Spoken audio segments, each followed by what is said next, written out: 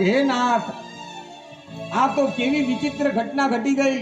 બ્રહ્માજી કહે છે, તમે બધા જ સનાતન વિદ્યા સ્વરૂપિણી છો, મહામાયાનું ચિંતન કરો.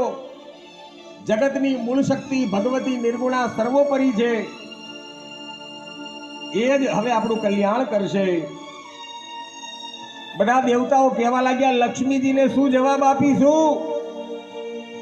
આ વિષ્ણુ ભગવાન, બધા દેવતાઓ ભયભીત થઈ ગયા. જો લક્ષ્મીજી રિસાઈ જશે તો આ ભૂલોકમાં પત્ર પુષ્પ ફલ જલ બધું ઉગવાનું બંધ થઈ જશે. આ સંસારીઓ તો અતિ દુઃખી થઈ જશે. કારણ કે ભગવાન નારાયણની જ્યાં કૃપા થાય ત્યાં જ લક્ષ્મીજી આવતા હોય છે. પણ હવે તો ભગવાન નારાયણ શ્રી હરિ છે નહીં. આવું શરીર જોઈને બધા દેવતાઓ વિસ્મય પામ્યા. હરિનું મસ્તક ક્યાં ગયું? હરિનું મસ્તક ક્યાં ગયું? શુદ્ધજી કહે છે કે આ પ્રમાણે વેદોમાં શ્રી હરિના મસ્તકના મિલન પછી એનું જે મસ્તક ભગવાનનું પ્રત્યંચા દ્વારા, દેવતાઓ તો સ્વાર્થી છે, પોતાના સ્વાર્થ માટે કોકના ગળા કાપી નાખે, એનું નામ દેવત્વ.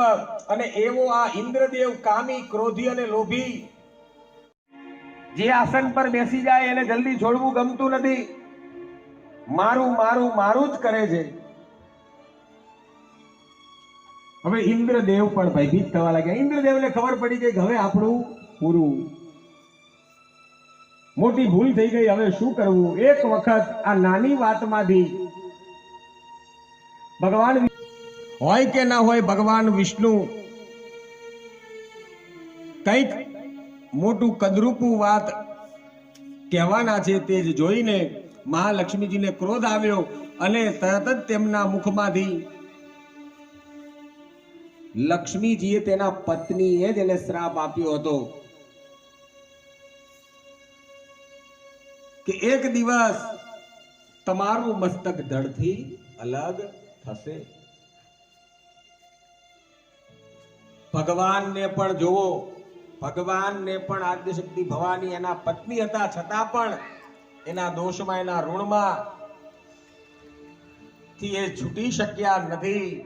પત્નીએ જ આપેલો શ્રાપ હતો, મહાલક્ષ્મીજીએ જ આપેલો શ્રાપ હતો. કોને? ભગવાન વિષ્ણુ શ્રી હરિ નારાયણને, કે તમે મારી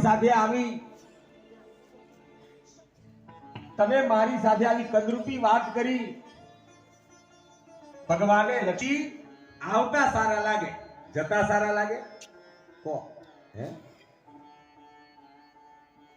આટલી જ વાત માત્ર કરી હતી ત્યારે લક્ષ્મીજીએ ખાલી એટલું જ એમણે કીધું હતું, તમારું પણ મસ્તક અલગ અને ધડ અલગ હોય તો કેવું? ખાલી આ જ વાત કરી કે તમારું પણ જો મસ્તક અલગ હોય અને ધડ અલગ હોય તો કેવું લાગે? એટલે માતાઓ, ભક્તજનો, આ દેવી ભાગવત પુરાણના સારમાં, આ કથાના સારમાંથી જે મને જે જાણવા મળ્યું એ હું તમને કહું છું કે ક્યારેય અપશબ્દ ન બોલવો જોઈએ, ક્યારેય કોઈને પણ શ્રાપ ના આપવો જોઈએ, આશીર્વાદ આપવા જોઈએ, પણ ક્યારેય, કારણ કે એ પાછું આપણને પણ મળે. આપણે નહીં કહેતા કે મૂઢ મારી, પણ આપણું ને આપણું બોલેલું હોય.